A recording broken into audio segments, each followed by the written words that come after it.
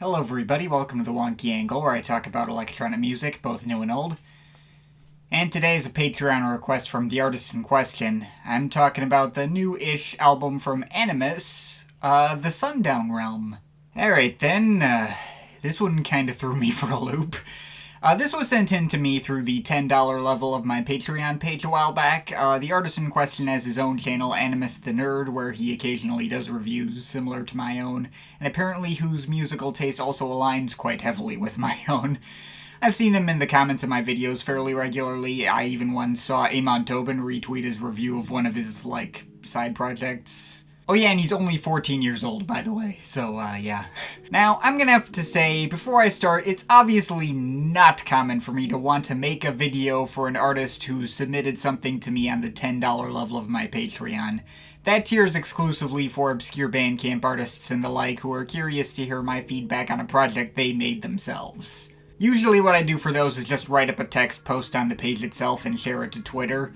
Only twice before have I actually felt compelled to want to do a dedicated video on an artist who requested on this tier, with Punchcard's Amy Gibbon LP and Sonzept's A, and in those cases that was because I was familiar enough with their work prior to that to flesh out the videos a bit more. Or if they particularly impressed me, then I'd give them a shout out at the beginning of a Some Stuff I Missed volume, like what happened with Haunted Disco's Pale Souls Glow in the Dark, and Starlene's Life is Strange EP. Now, those latter two projects did get more personal enjoyment out of me than this one, the Sundown Realm, did.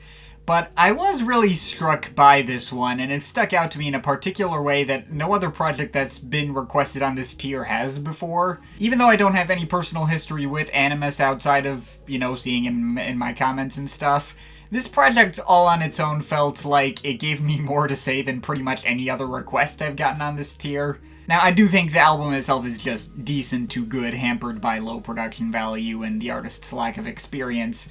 But it is quite possibly the single most ambitious project I've heard from a $10 request. It clearly has a lot of effort put into it, done purely out of love and respect for this genre. And even if I think there's a lot of finessing that needs to be done, there is a lot of potential here for something special. Give this kid a few years, he could possibly have an 8 out of 10 project in him someday. Who knows? So, the Sundown Realm, this is mostly a mix of, ambient and downtempo and IDM. I want to say he's going for the kind of stuff along the lines of, BT's This Binary Universe and related work, albeit not quite as open or sprawling. Maybe some influences from the likes of Hudson Lee's Headspaces or maybe AU5's Alchemy. These tracks are very abstract, just kind of go around wherever they want, mostly staying very low-key and dreamlike. But he's also not nearly as glitchy or detail-oriented as these influences. His mixes tend to be a lot simpler and more straightforward than theirs. So, I don't know, I guess that puts him more in line with, Huh?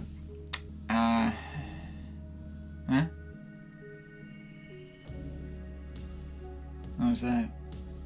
Never mind, I can't really think of a good example. Oh yeah, and this album is just a straight-up concept album about being sent into a dream world full of strange forest and an alien creature called Zeros.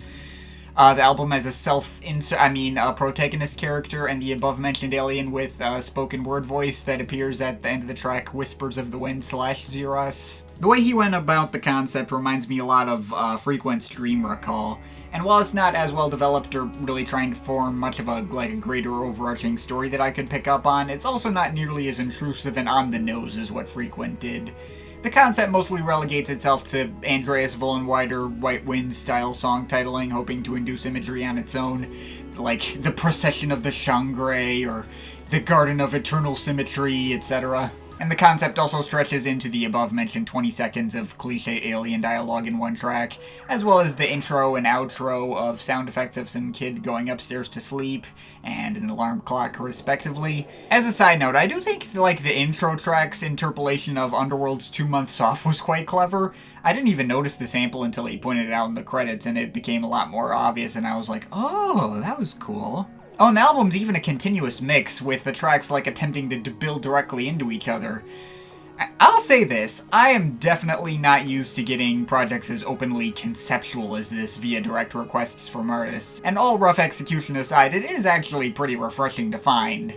Now, perhaps unfortunately, as ambitious and high concept as this album is aiming to be, it is still an album being created by a 14-year-old with no budget, and that does kinda show. It's far from the worst production I've heard out of a no-name artist like him. It's all very nice, soundscape-y stuff for what it is, and there's a lot of interesting instrumental choices all throughout, like the boinging jaw harps over dense ambient mixes and escalating breakbeats on The Lake of Plasma, or the kalimbas and cellos and cool narrated storybook vocal samples on The Clock Inside the Great Oak. Like I said, there's a lot of interesting and creative ideas going into these tracks that I don't often see out of artists of his stature, and that carries most of the way to the album. Though from a mixing and mastering standpoint, he is unfortunately not above average for artists of his stature. The mixes on this project can often feel rather thin and lacking the greater depth or sense of space tracks like these really need to have, even though he is trying. And some of these sounds don't blend as well as they're trying to either. Take a track like Shooting Stars Reflecting in the Water. That track uses these, really obviously fake MIDI pianos, mostly untouched out in the open, accompanied by, this guest singer trying to sound like that one opera sample that Orbital used on Belfast. And the mix is kinda thin and awkward. I mean, that kind of MIDI piano does have its place. It works best in, 90s house pastiches or video game soundtracks and that kind of thing.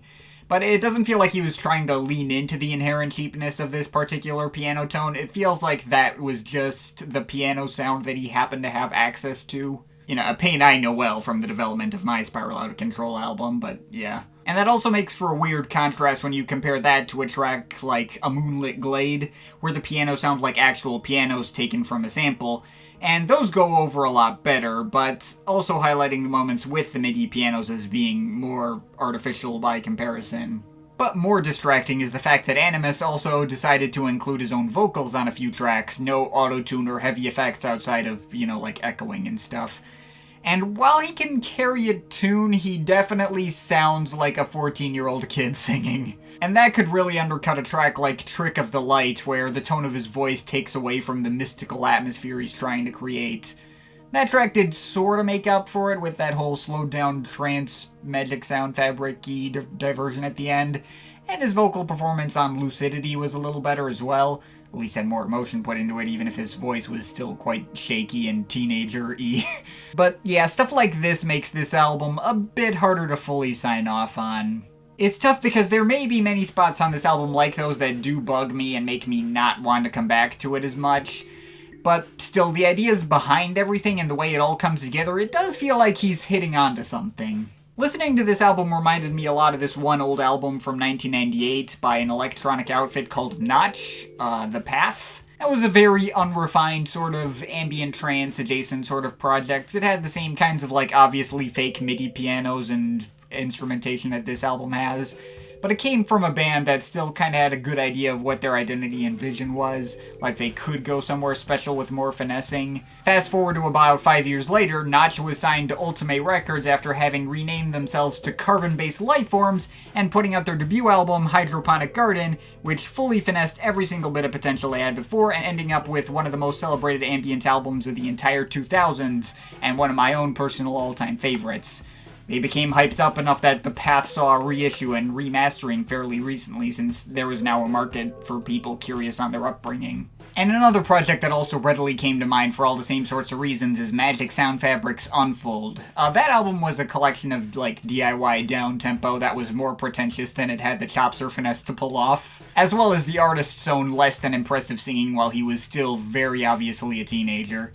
And much of it ended up goofy as hell, but it still had a handful of really solid standouts. It had the track Baby I Saw a UFO, which everyone should listen to at least once because it's scientifically proven to improve the life of whoever hears it. And that guy went out to put out some of my own longtime personal favorite downtempo projects as well, like Uplift Drift and Freedom Star here. While there's no guarantee that Animus is gonna end up going down the same path to fulfilling this potential as these artists did, the fact that I was getting similar vibes off of this to projects like these had me intrigued to see where he'll end up maybe a few years down the line. I doubt I'm going to be hanging on to this project beyond this video. There's too many minor details that get under my skin on a technical level or a vocal level. But still, I really gotta respect the ambition and creativity on display here, and the highlights on here are definitely really solid fun stuff in that abstract ambient mold that do still make the experience at least partially worth it.